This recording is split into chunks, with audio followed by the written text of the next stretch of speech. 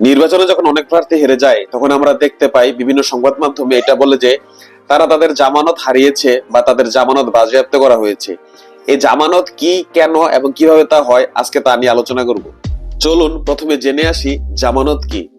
সহজ ভাষায় নির্বাচনের ক্ষেত্রে জামানত হচ্ছে নির্দিষ্ট পরিমাণে একটা অর্থ যা প্রত্যেক প্রার্থীকে নির্বাচন কমিশনের কাছে জমা রাখতে হয়, এই জন্য যে সে নির্বাচনে অংশগ্রহণ করবে।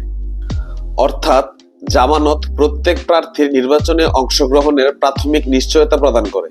কেন এই জামানতের সিস্টেমটা রাখা হলো?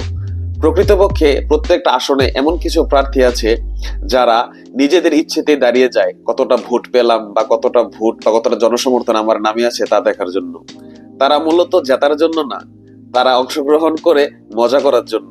কিন্তু তাদের এই খামখেয়ালি নির্বাচন কমিশনের আর্থিক ও প্রশাসনিক চাপ সৃষ্টি করে। তাদের এই কার্যকলাপে নিরুৎসাহিত করার জন্য জামানত সিস্টেমটি চালু করা হয়েছিল। জামানতের পরিমাণ কত? জাতীয় নির্বাচনে প্রতি আসনে প্রতি প্রার্থী 25,000 টাকা, উপজেলা নির্বাচনে প্রতি প্রার্থী 10,000 টাকা, পৌরসভা নির্বাচনে প্রতি প্রার্থী ভোটার সংখ্যা অনুযায়ী এবং ইউনিয়ন পরিষদ নির্বাচনে প্রতি চেয়ারম্যান 9,500 টাকা করে জামানত নির্বাচন কমিশনার বরাবর রাখতে হয়। এই জামানতের টাকা সরাসরি কোনো প্রার্থী রিটার্নিং অফিসারের নিকট জমা দিতে পারবেন না। এই জামানতের টাকা তাকে দিতে হলে পে অর্ডার, ব্যাংক ড্রাফট কিংবা ট্রেজারি চালানের মাধ্যমে জমা দিতে হবে। একজন প্রার্থী যে জামানতের টাকা রিটার্নিং অফিসারের নিকট জমা রাখলো সেই টাকা কি আবার ফেরত পাওয়া সম্ভব? হ্যাঁ, অবশ্যই সম্ভব।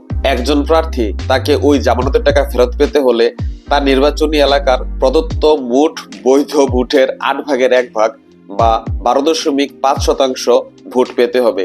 এর চাইতে কম ভোট পেলেই তার জামানত বাজেয়াপ্ত হবে। নির্বাচনের ফলাফল গেজেট আকারে প্রকাশ হওয়ার পরেই নির্দিষ্ট সময়ের মধ্যে জামানত ফেরতের আবেদন করতে হবে।